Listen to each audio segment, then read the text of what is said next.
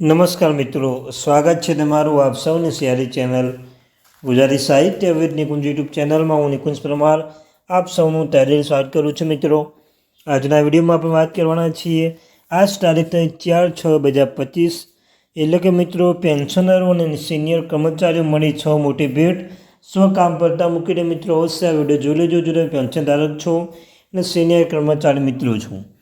તેના વિશે આજના વિડીયોમાં ચર્ચા કરીશું. ચર્ચા કરતાં પહેલાં આપણે જે વોટ્સઅપ ચેનલ ટેલિગ્રામ બંને બનાવે છે, લિંક ડિસ્ક્રિપ્શનમાં મૂકું છું, અવશ્ય જોઈન થઈ જજો.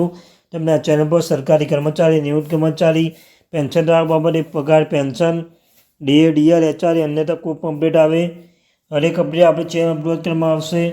તો આપણી આ ચેનલને એટલે કે મિત્રો ગુજરાતી સાહિત્ય વિદ નિકુંજ ચેનલને સબસ્ક્રાઈબ કરીને બે બટન દબાવવાનું ભૂલશો નહીં.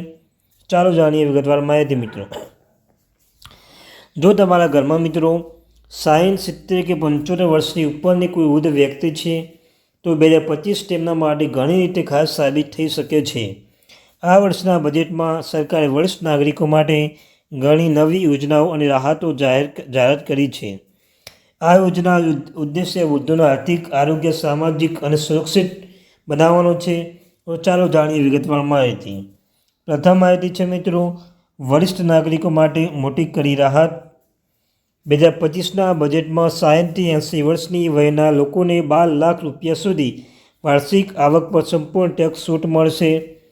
બેંક વ્યાજ પર ટીડીએસ મર્યાદા 50,000થી વધારીને 1 લાખ રૂપિયા કરવામાં આવી છે. ભાડાની આવક પર ટીડીએસ મર્યાદા પણ વધારીને 6 લાખ કરવામાં આવી છે. SCSS સ્કીમમાં વ્યાજ વધ્યું, રોકાણની સુવર્ણ તક. Senior citizen saving scheme SCSS હવે વધુ ફાયદાકારક બની રહેશે.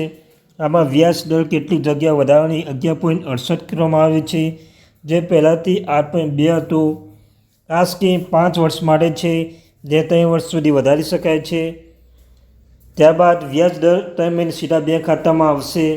30 લાખ સુધી મહત્તમ રોકાણની મંજૂરી છે અને કલમ 80C હેઠળ પણ કરમુક્તિ ઉપલબ્ધ છે.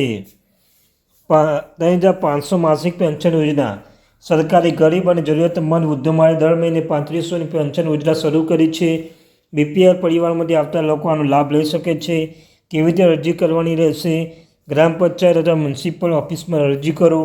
જરૂરી દસ્તાવેજ આધાર કાર્ડ, ઉંમરનો પુરાવો, બેંક પાસબુક, બીપીએલ કાર્ડ, આવકનું પ્રમાણપત્ર લઈ જવાનું રહેશે. બીજી છે મિત્રો આરોગ્ય સુવિધાઓ, મફત સારવાર અને મોબાઈલ આરોગ્ય સેવા. સરકારે આયુષ્યમાન ભારત યોજના હેઠળ 70 વર્ષ કે તેથી વધુ વયના વરિષ્ઠ નાગરિકો માટે 5 લાખ સુધી મફત સારવારની જાહેરાત કરી છે. ઘણા રાજ્યોમાં મોબાઈલ મેડિકલ યુનિટ શરૂ કરવામાં આવે છે, જે ચેકઅપ માટે ગામડે ગામડે જશે. વિડીયો કોલ અને દવાની હોમ ડિલિવરી પણ ડૉક્ટરો સાથે સલાહ લેવાની સુવિધા પણ શરૂ થઈ ગઈ છે. મુસાફરી રાહત અને અગ્રતાની સુવિધાઓ. 60 વર્ષથી વધુ ઉંમરના નાગરિકો માટે બસ, ટ્રેનની મુસાફરીમાં છૂટ આપવામાં આવી રહી છે. ઘણા રાજ્યોમાં સરકારી બસો મફત અથવા કન્સેશનલ ટિકિટ ઉપલબ્ધ છે. વરિષ્ઠ નાગરિકો ટિકિટ પર ડિસ્કાઉન્ટ અને રેલવેમાં સીટ બુકિંગમાં પ્રાથમિકતા મળશે. સિનિયર સિટીઝન કાર્ડ સરકારી કચેરીઓ અને બેંકો અને હોસ્પિટલોમાં પ્રાથમિકતા આપશે. બેન્કિંગમાં વિશેષ લાભ. બેન્કિંગ સેવા વૃદ્ધો વિશેષ સુવિધાઓ પણ આપવામાં આવી રહી છે. હવે 1 લાખથી સુધીના વ્યાજ પર ટીડીએસ કાપવામાં આવશે નહીં. ફિક્સ્ડ ડિપોઝિટમાં વધુ વ્યાજ. લાઇનમાં ઊભા રહેવાને બદલે અલગ બારીમાંથી સેવા SCSS જેવી યોજનાઓ ગેરંટી અને કરમુક્ત છે. વરિષ્ઠ નાગરિકો કાર્ડ દરેક સેવામાં પ્રાથમિકતા. સરકારે વરિષ્ઠ નાગરિકો કાર્ડની સુવિધા શરૂ કરી છે, જે સરકારી યોજના, સારવાર, મુસાફરી, બેન્કિંગ વૃદ્ધોને પ્રાથમિકતા આપે છે. કાર્ડ મેળવવા માટે ઓનલાઈન પોર્ટલ પર અરજી કરો અથવા નજીકની સરકારી ઓફિસમાં મુલાકાત લો. દસ્તાવેજ છે મિત્રો આધાર કાર્ડ, ઉંમર, પુરાવાનો ફોટો. અરજી પ્રક્રિયા. SCSS યોજના માટે નજીકની બેંક અથવા પોસ્ટ ઓફિસની મુલાકાત લો. પેન્શન યોજના માટે પંચાયત અથવા મ્યુનિસિપલ ઓફિસમાં અરજી કરો. તબીબી યોજના માટે સરકારી હોસ્પિટલ અથવા આરોગ્ય કેન્દ્રનો સંપર્ક કરો. વરિષ્ઠ નાગરિકો કાર્ડ માટે અરજી ઓનલાઈન અને ઓફલાઈન બંને રીતે કરી શકાય છે અથવા આરોગ્ય કેન્દ્રનો સંપર્ક કરો. વરિષ્ઠ નાગરિકો કાર્ડ માટે અરજી ઓનલાઈન અને ઓફલાઈન બંને રીતે કરી શકાય છે.